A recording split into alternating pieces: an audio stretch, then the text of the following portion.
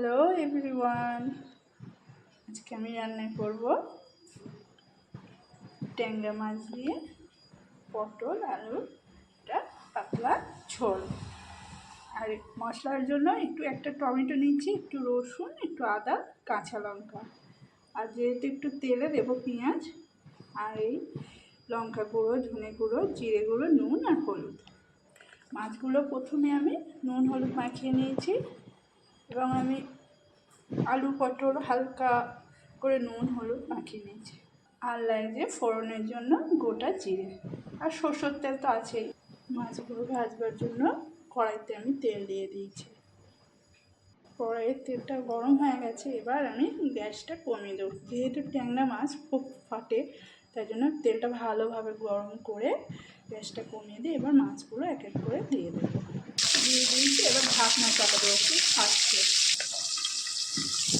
দেওয়া হয়ে গেছে, এবার ঢাকনা চাপা দিয়ে দিই, দিয়ে গ্যাসটা একটু জোরে দিই, আস্তে আস্তে ওর মধ্যে হতে থাকে।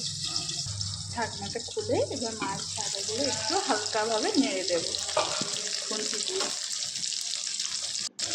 মাছ ভাজাগুলো আরও একটু হবে।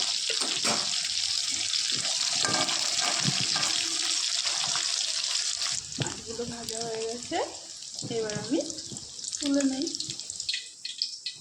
এবার আমি পটলগুলো ভাজতে দেবো।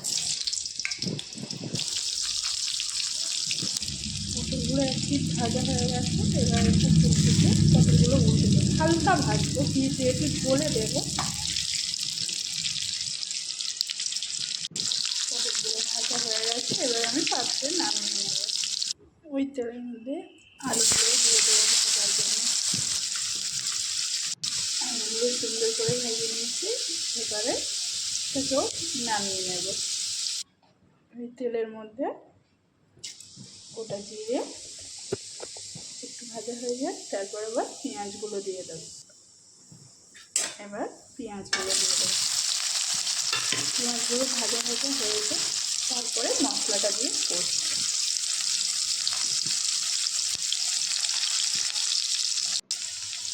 পেঁয়াজগুলো মোটামুটি ভাজা হয়ে গেছে, এবার মশলাটা দিয়ে দেবো।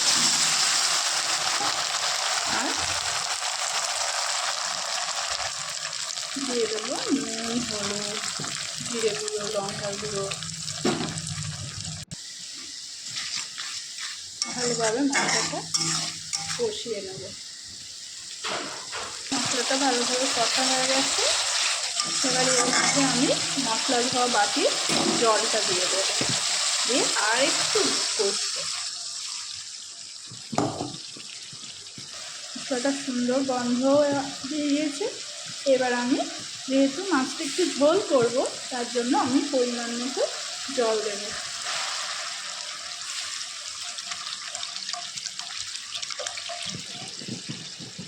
এবার ঝোলটা ফুটে উঠলে তারপরে ভাজা পটল, আলু, মাছ এগুলো দিয়ে দেবো। ঝোলটা ফুটে উঠেছে, এবার আমি মাছ, আলু, পটল এগুলো সব দিয়ে দেবো। সব দেওয়া হয়ে গেছে, এরপর আমি একটা ঢাকনা দিয়ে ঢাকা দিয়ে দেবো। মাত্র 5 মিনিট পর এসে খুলবো, তারপর হয়ে যাবে রান্নাটা। রান্নাটা আমার হয়ে গেছে, এবার আমি এটা পাত্রে নামিয়ে ফেলি। কত সুন্দর কালার এসছে, গন্ধটা তো খুব সুন্দর বেরোচ্ছে। তরকারিটা নামিয়েও নিয়েছি, কত সুন্দর কালার এসছে। আপনারা চাইলে আমার এই রেসিপিটা বাড়িতে বানিয়ে দেখতে পারেন, খুবই ভালো লাগবে।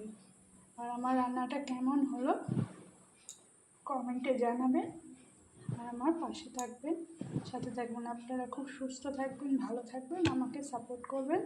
যারা ফেসবুক থেকে দেখছেন তারা আমার চ্যানেলটাকে ফলো করবেন, আর ইউটিউব থেকে আমার চ্যানেলটাকে সাবস্ক্রাইব করবেন। জায়গাতে কিচেন চ্যানেল।